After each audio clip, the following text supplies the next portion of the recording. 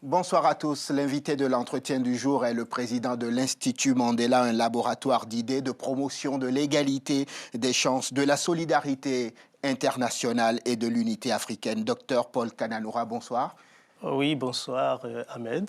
Bon, merci d'avoir accepté notre invitation. Le 17 mars dernier, votre institut a organisé une conférence autour du thème « Les États fragiles et la sécurité des ressources stratégiques, énergétiques et minières ». Qu'est-ce que vous en avez retenu? C'est que l'Afrique regorge de ressources, mais ces ressources attirent des convoitises.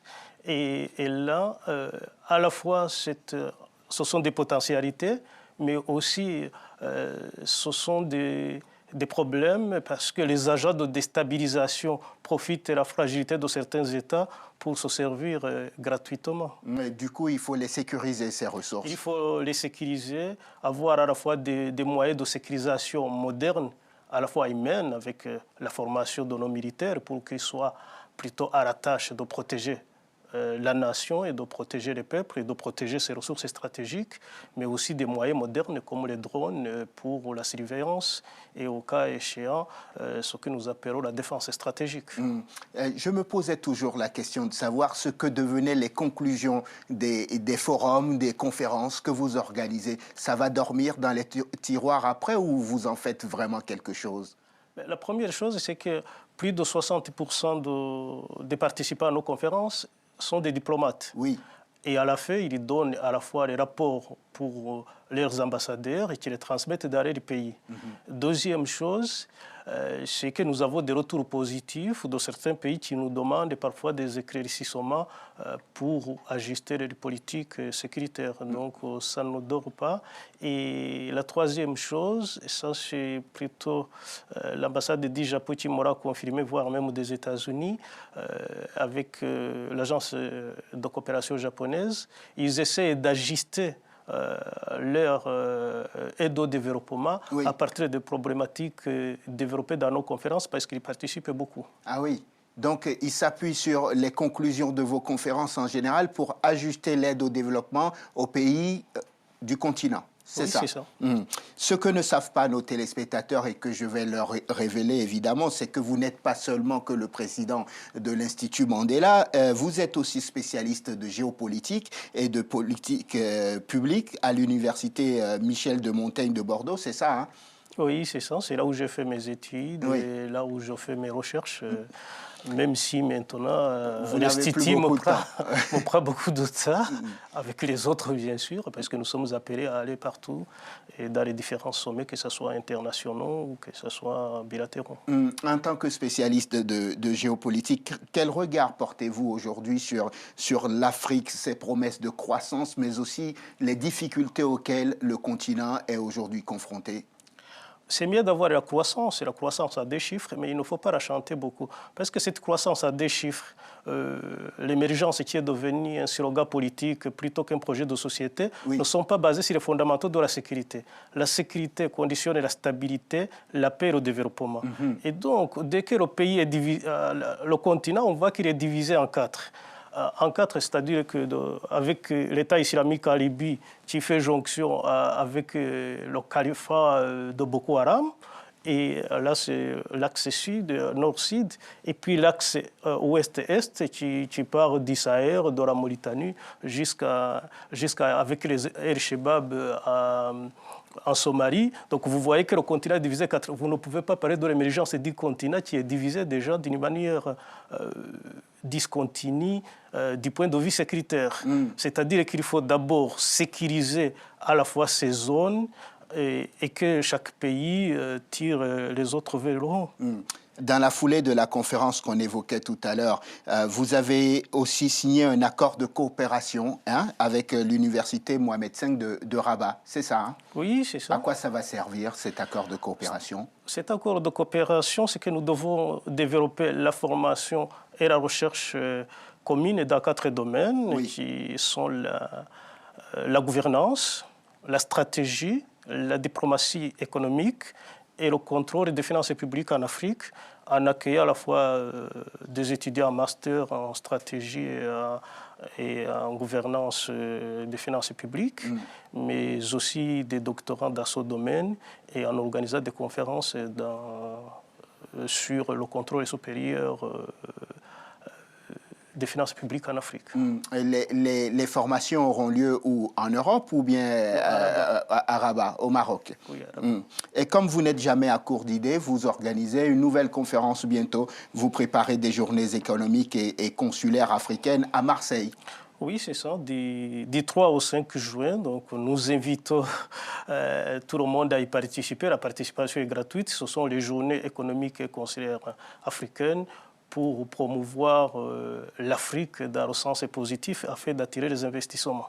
Tiens, on va s'étendre légèrement pour promouvoir l'Afrique. L'Afrique a vraiment besoin de promotion. Vous pensez qu'on ne connaît pas encore ce continent? Non, c'est des choses différentes. Bon, on le connaît peut-être sur la manière de musique et autre chose, oui. Ce que j'appelle la politique d'amusement public. Mais là, c'est les pays qui viennent, c'est-à-dire que les journées économiques répondent à un besoin des pays africains pour présenter le climat des affaires et des potentialités afin d'attirer les investisseurs. Oui. Un cadre aussi pour que les entrepreneurs africains et européens et français se rencontrent pour discuter les stratégies de partenariat. Et en fait, ça répond aussi à un besoin de donner une autre image du continent que nous voyons dans les télévisions qui ne sont pas panafricaines. Oui. Et les autres télévisions qui sont des guerres et autre chose. Et comme ça passe effectivement sur vos télévisions, oui. Donc ça donne une autre image de l'Afrique que nous espérons positive dans la durée. Donc, vous allez essayer de vendre l'Afrique aux investisseurs, de leur montrer qu'il y a une autre Afrique que celle des guerres, celle des coups d'État, celle aussi probablement des élections difficiles. C'est ça? C'est ça. En fait, la première journée est réservée au pays. C'est plutôt les ministres et les ambassadeurs qui présentent le climat des affaires et les potentialités de leur pays pour attirer les investisseurs. La première édition qui s'est passée à Bordeaux, il y avait 12 pays participants. Oui. Ce qui veut dire qu'il y a un besoin, on répond à un réel besoin. Là, on espère une quinzaine ou une vingtaine. Donc, nous avons envoyé des invitations à toutes les ambassades africaines qui ont répercuté dans le pays. Nous attendons des retours et d'ailleurs, nous avons des retours qui sont positifs.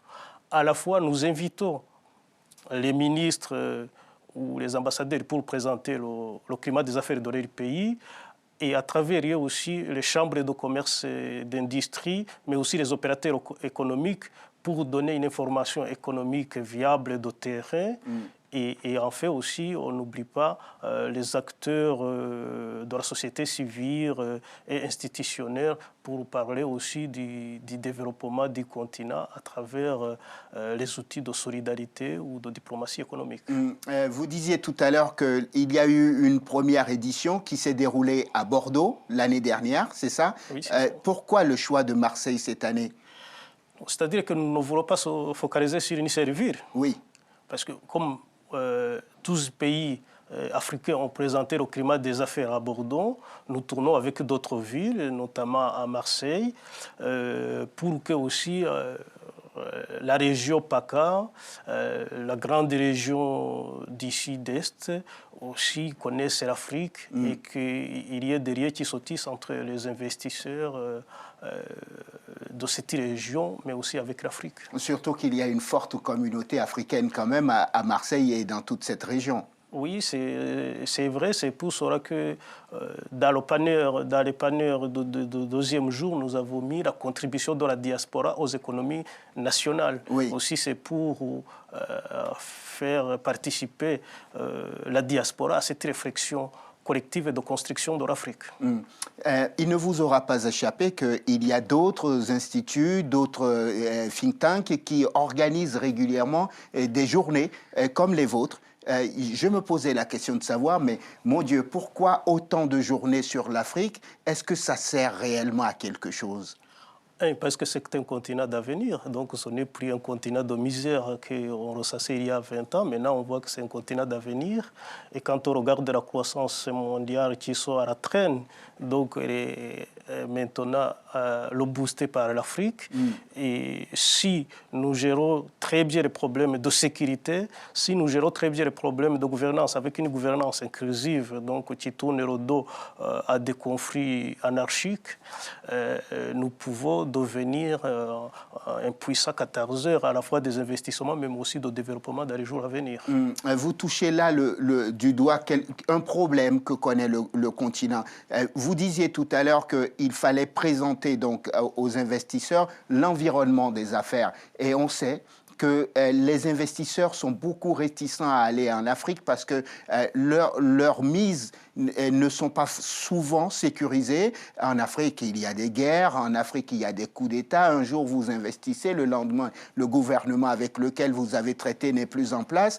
Comment on arrive à convaincre un investisseur pour lui dire « tu peux y aller et mettre ton argent dedans, tu n'as rien à craindre ».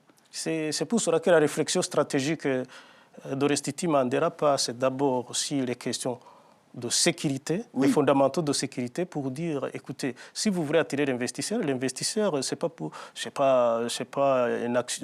pas une action humanitaire. Il veut investir pour un retour sur l'investissement, c'est-à-dire faire du profit. Et à ce moment-là, il faut stabiliser le pays. Et c'est sur cette base, sur les fondamentaux de la sécurité, sur les fondamentaux de stabilité, qu'il peut venir investir. C'est ça le deuxième volet, effectivement. Comme nous avons traité le volet sécuritaire et le volet économique, il vient investir pour avoir un retour. C'est-à-dire qu'il faut mettre en place à la fois les outils de sécurisation, qui sont la sécurité physique, mais aussi la sécurisation d'investissement par le juridique.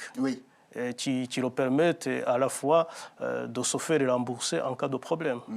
Docteur Paul Kananoura, rappelez-nous les dates de ces journées culturelles. Ce n'est pas les journées culturelles, ce sont les journées économiques. Ces journées économiques, allez-y. Économiques et consulaires africaines qui se tiendront à la Villa Méditerranée à Marseille du 3 au 5 juin.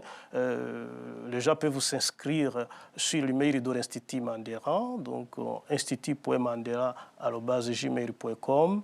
Vous pouvez trouver sur nos Facebook, sur nos pages Internet. Tous les moyens sont beaux pour s'inscrire. Et d'ailleurs, nous avons des inscriptions des grands hommes, enfin, des grands acteurs économiques comme le président du patronat sénégalais, comme le président du patronat nigérien, et comme le secrétaire général, je crois aussi, du patronat soudanais, et je crois aussi la secrétaire générale du groupement des femmes d'affaires du Cameroun qui sont déjà présents, qui seront déjà présents, mais il y aura des autres qui vont venir dans les jours à venir parce que les inscriptions, c'est jusqu'au moins à la fin du mois de mai. Juste une dernière question, on va conclure cet entretien. Quand vous regardez l'avenir de ce continent pour lequel vous vous battez aujourd'hui, vous vous dites quoi? Il faut faire des institutions fortes pour protéger les peuples et protéger nos ressources. À ce moment-là, si nous avons des institutions fortes incarnées, soit par des hommes forts aussi, on en a besoin, nous pourrons avoir un avenir meilleur qui est souriant dans les jours à venir. Docteur Paul Kananoura, merci. Merci à vous aussi. Je rappelle que vous êtes le président de l'Institut Mandela, un laboratoire d'idées et de promotion de l'égalité des chances, de la solidarité internationale et de l'unité africaine. Merci d'être venu dans l'entretien du jour. Merci beaucoup. Merci à vous de nous avoir suivis. Je vous souhaite de passer une excellente suite de programmes, évidemment sur Télé Sud. Bonsoir.